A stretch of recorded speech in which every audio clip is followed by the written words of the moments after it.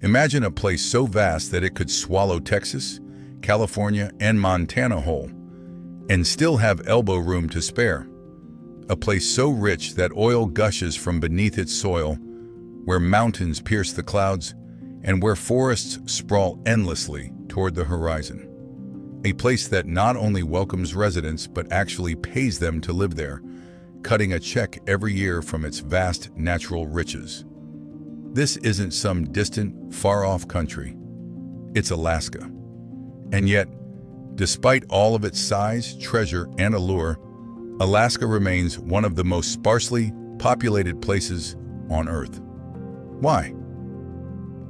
At the heart of the answer lies a geography that is as beautiful as it is unforgiving, a history of boom and bust cycles, and a modern economy caught in a paradox of its own making. So let's dive into Alaska, the land that America owns but has never fully settled. Alaska's staggering scale. The first thing to wrap your head around is Alaska's almost incomprehensible size. At over 580,000 square miles, it's more than twice the size of Texas. If you plopped Alaska down on the continental United States, it would stretch from the Pacific coast of California clear across to the Atlantic shores of Florida. But this isn't just a neat geography trivia fact. This scale is a fundamental problem. Distances that might be a morning drive in another state become multi-day odysseys in Alaska. The major population centers, Anchorage, Fairbanks, and Juneau, aren't separated by suburbs and highways, but by hundreds of miles of raw wilderness, mountains, glaciers, and tundra. To put it in perspective, Alaska has fewer public roads than Vermont, a state more than 70 times smaller. The famous Alaska Highway, originally carved out during World War II as a strategic link to the lower 48, only reaches a fraction of the population. For much of the state, the true highway is the sky. Small bush planes serve as the family car, delivering groceries, mail, and medical care to communities that can't be reached by road. Pilots who navigate mountain passes and unpredictable weather have near mythical status because without them, life simply doesn't function.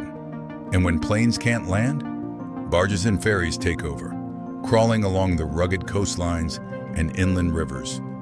Every gallon of milk, every box of screws, every loaf of bread arrives by ship or plane, adding layers of cost and complexity to daily life. Isolation isn't a side effect in Alaska. It's the rule. A land that resists Alaska's land is a masterpiece of geology, but it's not a gentle one. It's terrain that seems actively designed to resist human settlement. The Alaska Range, crowned by Denali, the tallest mountain in North America at 20,310 feet, splits the state in two. These mountains aren't just pretty backdrops, they're weather machines, blocking moisture, trapping cold air, and making overland travel between the coast and the interior an epic challenge. Where the land isn't rising into jagged peaks, it's often frozen solid. Huge swaths of northern and western Alaska are tundra, underlain by permafrost, a frozen layer of soil, gravel, and ice that refuses to let anything take root. Build a house on it, and you're essentially balancing it on a giant ice cube that melts and shifts beneath your feet. Roads crack, foundations buckle, and forests tilt drunkenly as the ground warps. Agriculture? Nearly impossible. You can coax potatoes, cabbage, and hardy greens out of the soil in short, intense summers, but large-scale farming is a non-starter. It's a land that will let you visit. But settle? That's another matter. The climate of extremes. If the ground beneath your feet feels hostile, the sky above isn't much kinder. Winters are long, brutal, and dark. In Fairbanks, temperatures regularly plunge to 40 dividing and stay there for weeks. In Utqiagvik, formerly Barrow, the northernmost town in the United States, the sun sets in November and doesn't rise again for more than 60 days. 2 months of night. This phenomenon, known as polar night, isn't just inconvenient. It messes with human biology. Seasonal affective disorder is common, and the psychological weight of endless darkness is something even longtime residents struggle with. And yet, summer brings the opposite extreme: the midnight sun. The sun barely dips below the horizon, flooding the land with light around the clock. It might sound like a dream, but it too is disruptive. People lose track of time. Sleep becomes elusive. Farmers, however, love it. The near-constant daylight turbocharges the growth of those hardy summer crops. In Alaska, light itself is extreme. It's either gone or it never leaves. Masters of the North. Given all this, you might wonder, who on earth would look at this landscape and say, yes, this is home? The answer: the indigenous peoples of Alaska. For thousands of years before any map named this place Alaska, the Inupiat, Yupik, Aleut, Athabaskan, Tlingit, and Haida peoples thrived here. They weren't just surviving. They were masters of adaptation.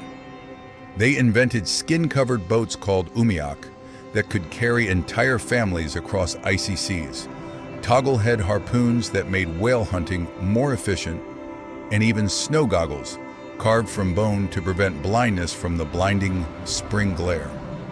Their knowledge of animal migrations, sea ice behavior, and plant uses was encyclopedic. Settlements were small, not because they failed, but because the land itself made large communities impractical. Their genius lay in harmony, living with the environment, not against it. For thousands of years, this system worked. But across the Pacific, another power had its eye on Alaska. Not as a home, but as a treasure chest. The rush for soft gold. In the mid-1700s, Russian explorers sailing east under Vitus Bering arrived in Alaska. They weren't interested in farming or founding towns. They wanted wealth. They found it in the fur of the sea otter, so prized in China that it was known as soft gold. Russian fur traders, or promeshleniki, descended on the coast, forcing the Aleut to hunt otters for them. The result was catastrophic. Disease, violence, and enslavement devastated indigenous communities. The Russians built forts and a colonial capital at Sitka, but their control was always fragile. The vast interior remained beyond their reach, the domain of the Athabascans. By the mid-1800s, sea otters had been hunted nearly to extinction, and Russia's American gamble was collapsing.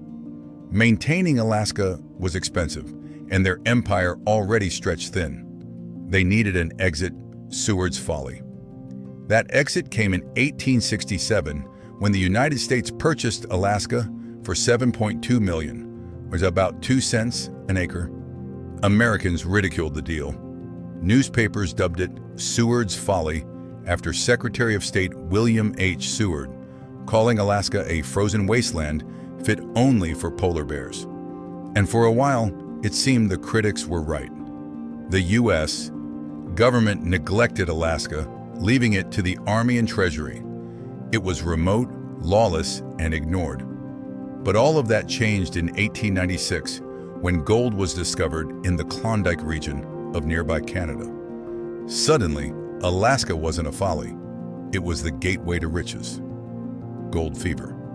Over 100,000 prospectors surged north, transforming towns like Skagway into chaotic boomtowns overnight. The Klondike gold rush seared Alaska into the American imagination as a land of adventure, risk, and potential fortune. Gold brought people. Copper and later coal added to the frenzy. But like all rushes, it was temporary. A get-rich, get-out mentality defined the territory. Still, Alaska was no longer invisible. It had entered America's story. And in the 20th century, it would discover a resource far bigger than gold, black gold and the pipeline. In 1968, oil was discovered at Prudhoe Bay, one of the largest oil fields in North America. This wasn't a fleeting rush. It was a river of wealth. To move it, the U.S. built the Trans-Alaska Pipeline System, TAPS, 800 miles of steel running from Prudhoe Bay to the southern port of Valdez. Crossing mountain ranges, permafrost, and earthquake zones, the pipeline was a marvel of engineering and a symbol of America's willingness to bend Alaska's geography to its will. The oil boom transformed Alaska's economy, and in a rare act of foresight, the state established the Alaska Permanent Fund in 1976, saving oil revenue for the future. From that fund came the famous Permanent Fund Dividend, a yearly check given to every resident. No state income tax, no state sales tax, and a government that literally pays you to live there. On paper, it sounds like paradise. In reality, it created a trap. The economic paradox. The flood of oil money narrowed Alaska's economy instead of diversifying it. Why build tech industries or large farms when oil was paying for everything? Jobs concentrated in oil, government, and services. Outside of those sectors, opportunities were scarce. And because almost everything has to be flown or shipped in, the cost of living skyrocketed. In remote villages, a gallon of milk can cost $10. A box of cereal, $12. The annual dividend often barely offsets grocery bills. Healthcare requires flights to Anchorage or even Seattle. Housing costs in urban centers rival major U.S. cities. And when oil prices dip, the whole economy trembles. It's the modern echo of that old gold rush mentality. Come in, make your money, get out. Why so empty? So with oil money, free checks, and stunning scenery, why is Alaska still so empty? Because living there demands sacrifices few are willing to make. Isolation. Your hours, sometimes days, from specialized services. Cost. Everything from bread to heating fuel costs more. Climate. Winters are not just cold, they're psychologically brutal. Jobs. Opportunities outside oil are limited. For most, the math doesn't work. The financial incentives simply don't outweigh the hardships. And yet, for the 740,000 who call it home, Alaska offers something priceless: space, independence, and a connection to landscapes unlike anywhere else in America. It remains the last frontier, not because it's waiting to be filled, but because the land itself refuses to be tamed. The big picture today? Alaska is bigger than entire countries, larger than France, Germany, Spain, and Italy combined. But its population is smaller than that of Charlotte, North Carolina. It's not empty because it's worthless. It's empty because it asks too much. To live in Alaska is to accept extremes: light and dark, abundance and scarcity, isolation and freedom. And maybe that's the point. Alaska isn't supposed to be easy. It's supposed to be wild. Because some places on Earth don't bend to people. People bend to them.